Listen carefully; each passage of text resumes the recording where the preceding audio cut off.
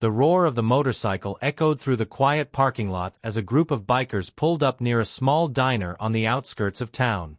It was the kind of place where locals stopped for coffee and travelers passed through without much notice. The evening sun cast a warm glow over the scene, making everything look peaceful. At least, until one of the bikers decided to turn a harmless moment into a joke that would change everything. Among the customers outside the diner was a young girl, no older than 10, standing beside a large German shepherd. The dog sat alert, his deep brown eyes scanning the surroundings, his ears twitching at every small sound. He wasn't just any dog, he was a trained K9 service dog, wearing a clearly marked vest that signaled his role. But to the man on the motorcycle, he was just another pet. And he was in the mood to stir up some trouble. With a smirk on his face, the biker sauntered over. His leather jacket was worn and dusty, his boots heavy against the pavement. The other bikers chuckled from their spots, waiting to see what he was up to. The little girl tightened her grip on the dog's harness, sensing something wasn't right. "Relax, kid," the man said, flashing a grin as he nudged the dog lightly with his foot. The German shepherd didn't react, staying perfectly still, just as he had been trained to. That seemed to amuse the biker even more. "What's wrong?" "Too scared to do anything," he laughed. Then, in one swift motion, he lifted his boot and gave the dog a firm kick. The reaction was immediate. The dog sprang to his feet, a deep, rumbling growl escaping his throat. The little girl gasped, stepping back as the animal's training took over. The biker had expected a startled yelp or the dog running away.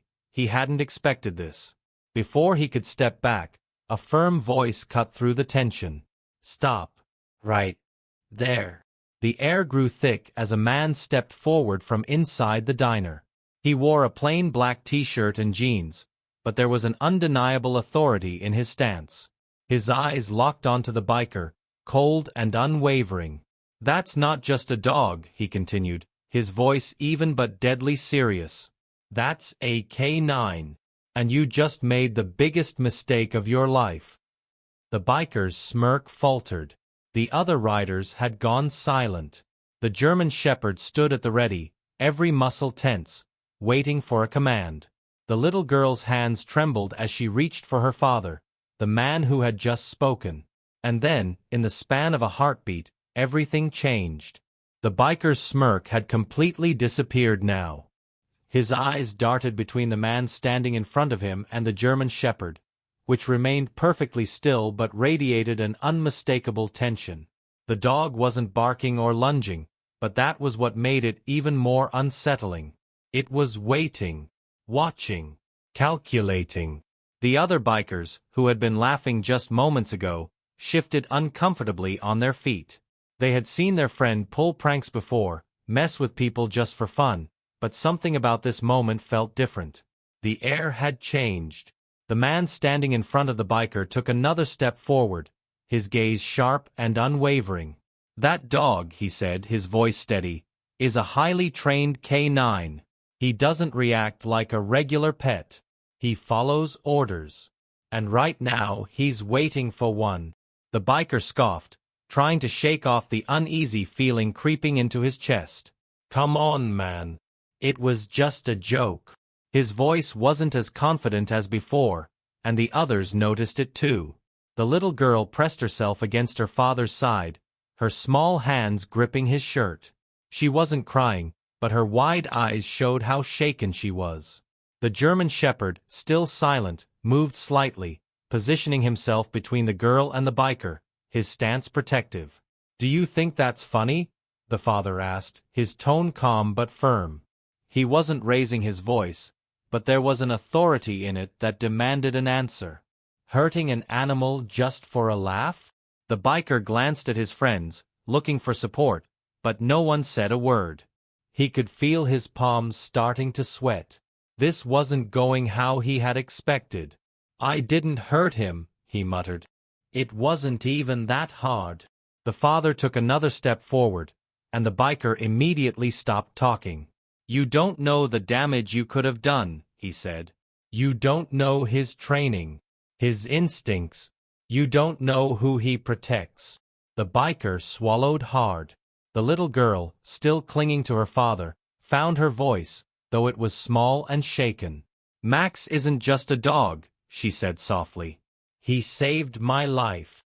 The biker frowned, caught off guard. What? The father put a hand on his daughter's shoulder, steadying her. You have no idea what you just did, he said, his voice quieter now but no less intense. You see a dog in a vest and think it's just some kind of pet. But Max isn't just a dog. He's been trained for situations you wouldn't believe. The biker shifted on his feet, not sure what to say. One of the other bikers finally spoke up, breaking the silence. Look man, maybe we should just go. His voice was low, almost cautious. But the father wasn't done. No, he said, his eyes still locked on the man who had kicked the dog.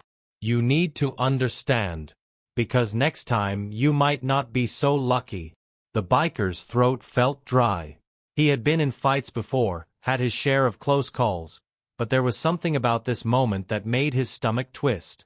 It wasn't just the dog, it was the way the father was looking at him. The way he spoke like he knew things, like he had seen things the biker couldn't even begin to imagine. The father glanced down at Max, then back at the biker. Do you know what happens when you attack a K9? The biker didn't answer. The father took a slow breath, his jaw tight. Max isn't just my daughter's protector. He's mine too. And he was trained to take down threats. Trained to fight, to detect danger before it even happens. He was in the service before I brought him home. He's saved people. Real people. Not just my daughter, but others too. The little girl looked up at Max, her fingers brushing against his fur. He saved me in the accident, she said, her voice quiet but certain. The biker blinked. Accident. The father exhaled, his expression darkening just slightly. A year ago. A car crash. She was trapped. Max got to her before I did. He didn't go into details, but the weight in his voice said enough. The little girl nodded. He pulled me out before the fire started. The biker suddenly felt like he was standing on unstable ground.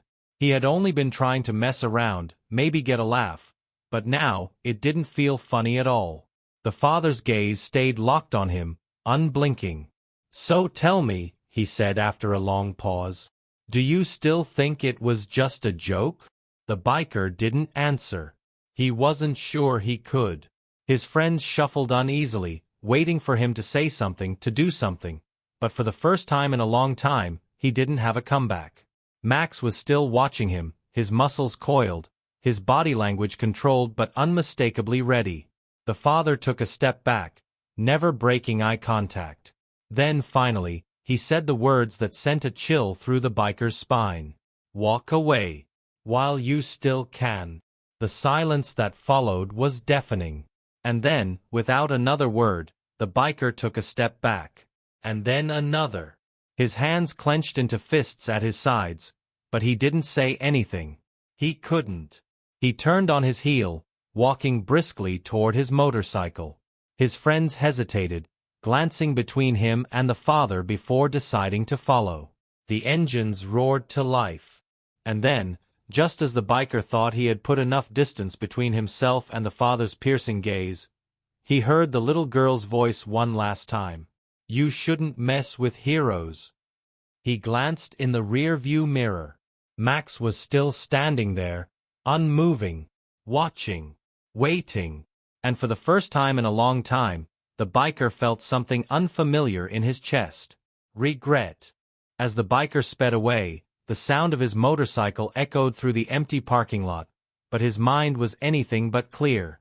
His hands gripped the handlebars tighter than usual, and his chest felt heavy.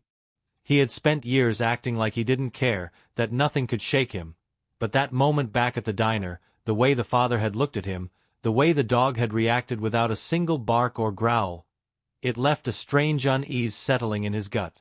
His friends rode beside him, but none of them spoke. They had seen him get into fights before, stir up trouble just for the fun of it, but this was different. They all felt it. After riding a few miles, they pulled into a gas station, the bright fluorescent lights buzzing above them. The biker parked his motorcycle and pulled off his helmet, rubbing a hand over his face. One of his friends, a guy named Darren, finally broke the silence. "What the hell was that, man?" The biker exhaled sharply. "I don't know." Darren scoffed. "You don't know? Since when do you let some random guy and his dog shake you up?" The biker didn't answer right away. He leaned against his bike, staring at the cracked pavement beneath his boots. "That wasn't just some random guy," he muttered. "And that wasn't just a dog." The others exchanged glances. They had all heard what the father had said, how the dog had saved his daughter, how it had been trained to handle real threats. But they weren't the type to dwell on things like that. One of the others, a guy named Rick, shrugged. "Look, man, you just got called out. It happens. Forget about it." But the biker couldn't. Because it wasn't just about getting called out, it was about that feeling. That heavy, suffocating feeling in his chest that he couldn't shake. It wasn't just guilt, and it wasn't just regret. It was something more. And then he realized, he had seen the father's face before. That was why it felt wrong. Why the moment had carried a weight he couldn't understand. He straightened up, his heart pounding a little faster. "Hey," he said suddenly. "Do any of you recognize that guy?" Darren frowned. "The dad?" The biker nodded. "Yeah." He looked familiar. Rick rolled his eyes. "Dude, you're overthinking this." But the biker wasn't convinced. He had spent enough time in different places, met plenty of people. He knew when someone's face stuck with him for a reason. And this guy, the father? There was something about him. The way he stood, the way he spoke, the way he had handled the situation without flinching. "Just drop it, man," Darren said, reaching for a pack of cigarettes. "We got better things to do than worry about some dad and his dog." But the biker's gut told him otherwise. And that feeling only grew stronger when, later that night, he found himself staring at his phone, scrolling through old news articles, searching. It took him almost an hour, but then, there it was. A headline. A picture. Former officer and K-9 partner honored for heroic actions. And in the photo, standing next to a younger version of that same German Shepherd, was the man from the diner. The biker stared at the screen, his heart hammering. The father wasn't just some protective parent. He was a former cop. And Max, that dog had been more than just a rescue. He had been on duty. The biker sat back, rubbing a hand over his mouth. Suddenly, everything made sense. The way the man had spoken to him. The way the dog had reacted, not with fear, but with control. The reason the tension in that moment had been so thick. He hadn't just messed with some guy's pet. He had kicked a trained police K-9. And worse, he had done it in front of the man who had spent years relying on that dog to have his back. The biker swallowed hard, his fingers tightening around his phone. This wasn't over. And somehow, he had a feeling the father knew that too. The biker couldn't shake the feeling gnawing at his chest. He tried to ignore it, tried to convince himself it wasn't a big deal, but the more he thought about it, the more it sank in. He had messed with the wrong person. And the wrong dog. Days passed, but his mind kept circling back to that moment at the diner. He remembered the look in the father's eyes, the absolute control in his voice. That wasn't just some guy trying to be tough. That was someone who had been in real situations, someone who had faced actual threats. And the dog? The way it reacted without panic, without fear? That wasn't normal. It was trained, disciplined. It knew exactly what to do, and that was what scared him the most. One night, sitting in his apartment, he found himself staring at his phone again. He had kept the article open for days, rereading it over and over. The man's name was Jake Lawson, a former officer, honored for his bravery. There was a whole section about Max, the K9 who had helped track down criminals, sniff out explosives, and even save lives. And he had kicked that dog like it was nothing. The thought made his stomach turn. But what was worse was the nagging feeling that this wasn't over. Jake didn't seem like the kind of man who let things slide. And Max? The biker had a sinking suspicion that once a dog was trained for duty, it never really stopped being on guard. The paranoia started creeping in. At first, it was small things. Feeling like someone was watching him when he stepped out of his apartment. Noticing a black SUV parked down the street that hadn't been there before. The sound of a dog barking in the distance when he was alone at night. It got worse when he was out riding. One evening, he was heading home from a bar, the cold wind biting at his skin as he rode down the empty stretch of road. He told himself he was imagining things, that he was just on edge because he couldn't stop thinking about what had happened. But then, in his rear-view mirror, he saw it. Headlights. A car was following him. Not close enough to seem aggressive, but close enough that it didn't feel right. His hands tightened on the handlebars. He took a turn onto a smaller road, testing to see if the car would keep going straight. It didn't. It followed. His heart started to race. He picked up speed, taking another sharp turn. The car stayed with him. Adrenaline surged through his veins as he pushed the throttle, weaving through the backroads, trying to lose whoever it was. But the car never fell too far behind. It stayed just close enough to make sure he knew it was still there. And then, just as suddenly as it had appeared, the headlights vanished. He looked back. Nothing. His bike skidded slightly as he slowed down, pulling off onto the shoulder of the road. His pulse was hammering in his ears. He waited, staring at the empty stretch of pavement behind him. No car. No movement. Nothing. It was like it had never been there. But he knew what he had seen. And for the first time in a long time, he felt real fear. Not the kind of fear that came from getting caught in a fight, or running from the cops after pulling a stupid stunt. This was different. It was calculated. It was controlled. Just like the man at the diner. Just like Max. The biker swallowed hard, his breath coming out uneven. This wasn't a coincidence. Jake Lawson hadn't forgotten about what happened. And if he was behind this, the biker wasn't sure if he was being warned or hunted. The biker sat there on the side of the road, his breath heavy in the cold night air. His heart was still pounding, his fingers gripping the handlebars tighter than before. He had been in bad situations before, had plenty of close calls, but this felt different. It wasn't random. It wasn't just bad luck. Whoever was in that car had wanted him to know they were there. And then, just like that, they had disappeared. He wasn't sure how long he sat there, listening to the eerie silence around him. The road was empty, the trees along the edge swaying slightly in the breeze. But every shadow felt sharper, every sound felt louder. He couldn't shake the feeling that he wasn't alone. After a few deep breaths, he started his bike again, trying to push the paranoia away. Maybe he was overreacting. Maybe it was just some random car that happened to be behind him. But deep down, he didn't believe that. He took the long way home, switching up his route twice just to be sure he wasn't being followed. When he finally pulled into the lot outside his apartment, he sat there for a moment, scanning the area. No strange cars. No signs of movement. Still, he couldn't shake the uneasy feeling crawling up his spine. As he made his way inside, he hesitated before locking the door behind him. Something felt off. The apartment looked the same as he had left it, but there was a strange, almost unnatural stillness in the air. He walked through the small space, checking the windows, making sure everything was as it should be. Nothing seemed out of place, but that nagging feeling wouldn't go away. Then his phone buzzed. He nearly jumped.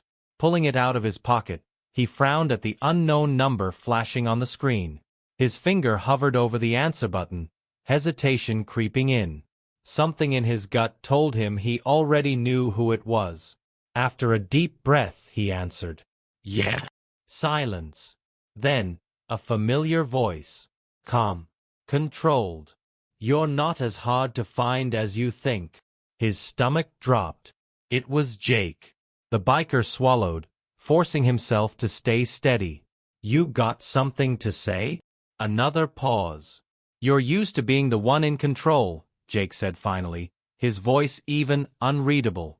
A guy like you think you can do whatever you want, that there won't be any real consequences. The biker clenched his jaw, gripping the phone tighter. I told you. It was just a joke. No, Jake said. It wasn't. The biker felt a chill run down his spine. There was no anger in Jake's voice. No threats. Just a simple, undeniable certainty. I know your name, Jake continued. I know your record. I know the kind of things you've gotten away with before. The biker's pulse spiked. How much had this guy dug into his past? You like to play games, Jake went on. You think you're untouchable. There was a beat of silence. Then Jake's voice dropped lower. But you don't know who you're dealing with. The biker felt a knot tighten in his stomach. He had been in plenty of fights, had pissed off plenty of people, but this was different. Jake wasn't just some guy with a grudge. This was a man who had spent years tracking criminals, reading them, finding them, and now he was watching him. The biker forced out a small, humorless laugh. So what, you gonna come after me? You think that dog of yours is gonna hunt me down? Another pause. Then Jake said something that made his blood run cold. He already found you. The biker's breath caught in his throat. And then, a sound. A low, steady growl. It was coming from inside the apartment. His body went rigid. His mind raced. He turned slowly, his pulse hammering in his ears. And in the dim light of the room, just beyond the doorway, two glowing eyes stared back at him. Watching. Waiting. The biker's breath hitched as he locked eyes with the shadowy figure in his apartment. The low, steady growl sent a shiver down his spine. His muscles tensed, every instinct screaming at him to move, but he was frozen. Max. The dog stood just beyond the doorway, his body motionless, except for the slow rise and fall of his chest. His ears were perked, his gaze locked onto the biker, unblinking. The dim light from the street outside cast a faint glow over his dark fur, making him look almost ghostly in the silence. The biker's mind raced. How had the dog gotten inside? Had Jake been here? His grip tightened on his phone, but he could still hear Jake's steady breathing on the other end of the line. I told you, Jake's voice came through, calm, unwavering. You don't know who you're dealing with. The biker swallowed hard, forcing himself to take a step back. His heart was hammering against his ribs. Max didn't move. Call him off, the biker said, trying to sound more confident than he felt. You made your point. Jake didn't answer right away. Then, in a voice just above a whisper, he said, Did I? The biker felt a cold sweat break out on his skin. This isn't funny, man. I never said it was. Max still hadn't moved, but there was something in his stance, something controlled. He wasn't lunging. He wasn't barking. He was simply waiting, and that made it worse. The biker's hand inched toward his pocket, where he kept his knife. I wouldn't, Jake said, almost lazily, as if he had already predicted the move. Not unless you're willing to see how fast he really is. The biker hesitated, his fingers curling into a fist instead. You broke into my place, he growled. This is illegal. Jake let out a quiet breath, almost like a laugh. So was what you did. The biker clenched his jaw. I didn't do anything. Jake's voice lost all humor. You think that kick didn't mean anything? You think it was just a joke? He paused, his tone turning icy. That dog spent years saving lives, taking down real threats. and you put your hands on him like he was nothing." The biker opened his mouth to snap back, but something stopped him. The way Jake spoke, it wasn't just anger. There was weight behind his words. A deep, steady emotion that the biker couldn't ignore. "You don't have to like me," Jake continued. "You don't have to respect me. But you'll respect him." Silence. Max still hadn't moved. The biker's pulse was pounding in his ears. "What do you want?" he muttered. Jake was quiet for a moment. Then, finally, he spoke. "I want you to understand." The biker swallowed. "Understand what?" Another beat of silence. Then, a sharp whistle. Max's ears twitched. And just like that, he turned and padded toward the door, his growl fading into silence. The biker exhaled shakily, his shoulders still tense as he watched the dog disappear into the darkness. His mind was still racing when he heard Jake's voice one last time. "You're lucky." The call disconnected. The biker stood there, gripping his phone so tightly his knuckles turned white. His chest rose and fell in uneven breaths. He didn't move for a long time. Finally, he walked over to the door, yanked it open, and stepped outside. The street was empty. No sign of Jake. No sign of Max. Just silence. And yet, as he stood there in the dim glow of the streetlights, a strange feeling settled in his gut. He had gotten the message. Loud and clear. This wasn't just about a dog. This was about respect. And for the first time in a long time, the biker realized, maybe it was time to change. The biker stood outside for a long time, the night air cool against his skin. The street was still empty, just as it had been a few minutes ago, but everything felt different. The quiet wasn't just quiet anymore. It was heavy, like it carried something unseen. Like it carried him. His heart had finally started to slow, but the tension in his chest remained. Max was gone. Jake was gone. And yet, their presence still lingered. He ran a hand down his face, letting out a breath. Maybe he should have been relieved. It was over, right? The message had been delivered loud and clear. He had been lucky. Jake could have done a lot worse. But instead of relief, all he felt was small. Because for the first time in a long time, he wasn't the one in control. And for the first time, he realized that maybe he never had been. He turned and walked back inside, shutting the door carefully behind him. The apartment was exactly how he had left it, except it wasn't. The stillness, the weight of the air, the knowledge that Max had been right there just moments ago, it all made the space feel different. His gaze flickered to the spot where the dog had stood.